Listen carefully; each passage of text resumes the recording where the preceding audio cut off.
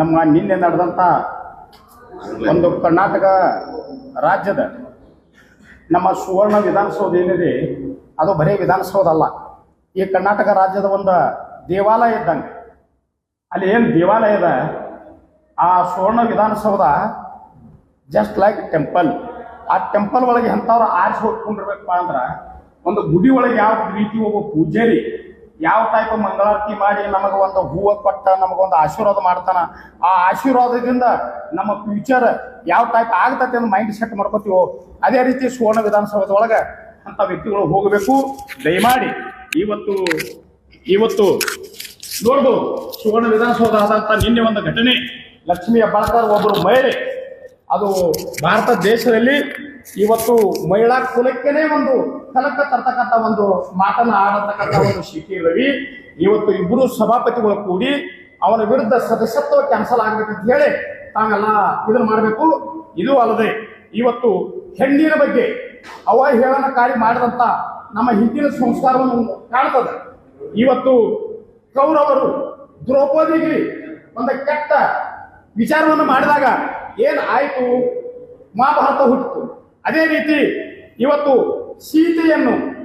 ಸೀತೆಯನ್ನು ಇವತ್ತು ಕೌರವರು ಯಾವ ರೀತಿಯಾಗಿ ಒಂದು ಟಚ್ ಮಾಡ್ರು, ಅವಾಗ ಏನಾಯ್ತು, ಎಂಥ ಹಿಸ್ಟ್ರಿ ಆಯಿತು.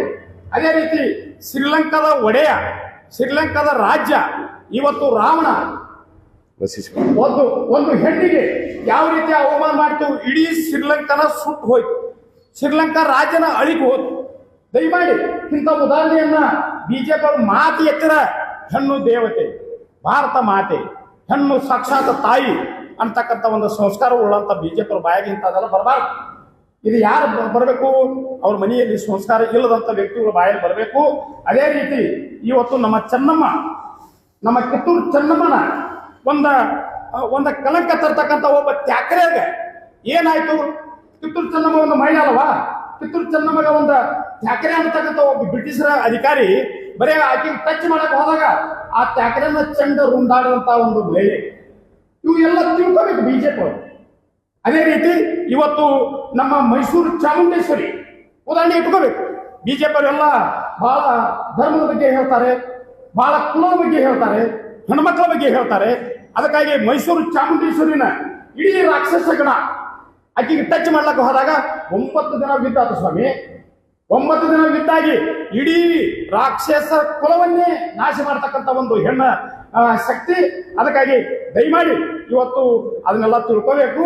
ಹೆಣ್ಣಿನ ಒಬ್ಬ ಅಗೌರವ ಮಾಡಿದಂಥ ಶಿಖಿ ರವಿ ನಿನ್ನೆ ಬೆಳಗಾವಿ ಸುವರ್ಣಸೌಧದಲ್ಲಿ ಮಾಡಿದಂಥ ಅವನು ಕ್ಷಮೆ ಕೇಳುವುದಲ್ಲ, ಇವತ್ತು ಮೇಲ್ಮನೆ ಮತ್ತು ಕೆಳಮನೆ ಇಬ್ಬರು ಸದಸ್ಯರು ಕೂಡಿ ಅವನ ಸದಸ್ಯತ್ವ ಕ್ಯಾನ್ಸಲ್ ಮಾಡಬೇಕು.